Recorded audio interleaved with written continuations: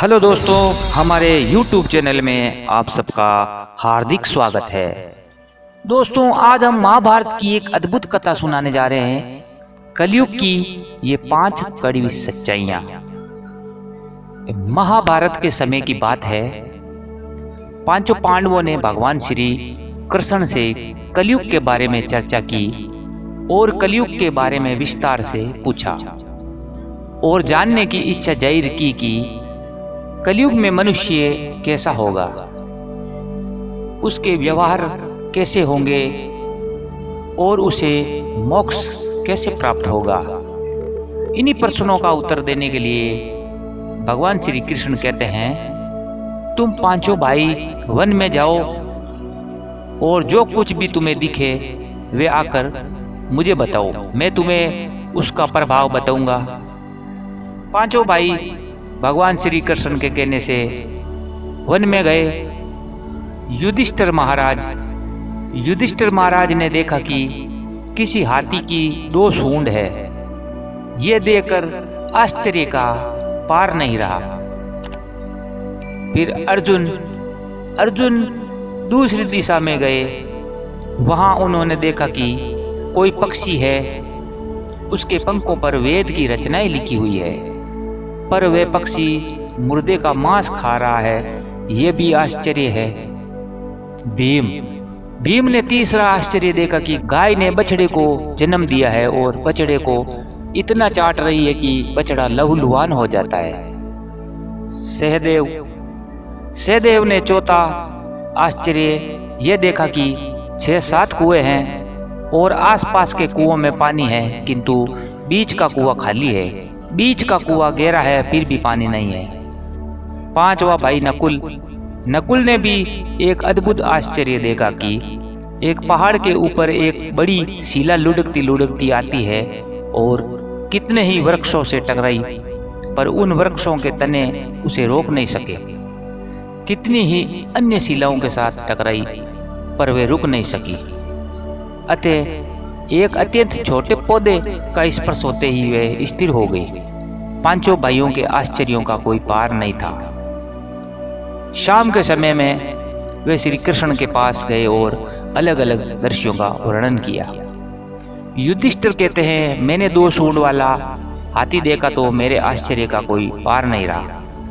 तब भगवान श्री कृष्ण कहते हैं, कलयुग में ऐसे लोगों का राज्य होगा जो दोनों ओर से शोषण करेंगे, बोलेंगे कुछ और करेंगे कुछ और। ऐसे लोगों का राज्य होगा, इससे तुम पहले राज्य कर लो। अर्जुन ने आश्चर्य देखा कि पक्षी के पंखों पर वेद की रचनाएं लिखी हुई है और पक्षी मुर्दे का मांस खा रहा है। इसी प्रकार कलयुग में ऐसे लोग रहेंगे जो बड़े बड़े पंडित और विद्वान कहलाएंगे, किंतु वे यही देखते रहेंगे कि कौन सा मनुष्य मरे और हमारे नाम से संपत्ति कर जाए। संस्था के व्यक्ति विचारेंगे कि कौन सा मनुष्य मरे और संस्था हमारे नाम से हो जाए। हर जाति धर्म के प्रमुख पद पर बैठे विचार करेंगे कि कब किसका श्राद्ध है।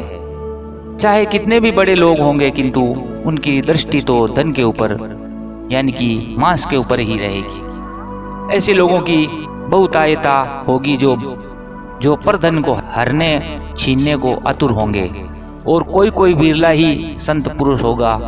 भीम ने तीसरा आश्चर्य देखा कि गाय अपने बछड़े को इतना चाटती है, बछड़ा लहूलुहान हो जाता है। कलयुग का आदमी शिशुपाल हो जाएगा। बालकों के लिए इतनी ममता करेगा कि उन्हें अपने विकास का अवसर ही नहीं मिलेगा। किसी का बेटा घर छोड़कर साधु बनेगा तो हजारों व्यक्ति दर्शन करेंगे, किंतु यदि अपना बेटा साधु बनता होगा तो रोएंगे कि मेरे बेटे का क्या होगा। इतनी सारी ममता होगी कि उसे मोह माया और परिवार में ही बांध कर रखेंगे और उसका जीवन वहीं खत्म हो जाएगा। अंत में बेचारा अनाथ होकर मरेगा। वास्तव में लड़के तुम्हारे नहीं हैं, वे तो बहुओं की अमानत है। लड़कियां जवाइयों की अमानत है और तुम्हारा ये शरीर मृत्यु की अमानत है। तुम्हारी आत्मा परमात्मा की अमानत है। तुम अपने शाश्वत संबंध को जान लो, बस। सहदेव ने चौथा आश्चर्य यह देखा कि 5-7 भरे हुए कुएं के बीच का कुआं एकदम खाली। कलयुग में धनाढ्य लोग लड़के लड़की के विवाह में, मकान के उत्सव में, छोटे बड़े उत्सवों में लाखों रुपए खर्च कर देंगे, परंतु पड़ोस में ही यदि कोई भूखा प्यासा होगा तो ये नहीं देखेंगे कि उसका पेट भरा है या नहीं। दूसरी ओर मौज मौज में शराब, कबाब, फैशन और व्यसन में पैसे उड़ा देंगे, किंतु किसी के दो आंसू पहुंचने में उनकी रुचि नहीं होगी, और जिसकी रुचि होगी उन पर कलयुग का प्रभाव नहीं होगा, उन पर भगवान का प्रभाव होगा। पांचवा आश्चर्य यह था कि एक बड़ी चट्टान पहाड़ पर से लुढ़की। वृक्षों के तने चट्टाने उसे रोक न पाए, किंतु एक छोटे से पौधे से टकराते ही वे चट्टान रुक गई। कलयुग में मानव का मन नीचे गिरेगा, उसका जीवन पतित होगा। यह पतित जीवन धन की शिलाओं से नहीं रुकेगा, न ही सत्ता के वृक्षों से रुकेगा, किंतु हरि कीर्तन के एक छोटे से पौधे से मनुष्य जीवन का पतन होना रुक जाएगा।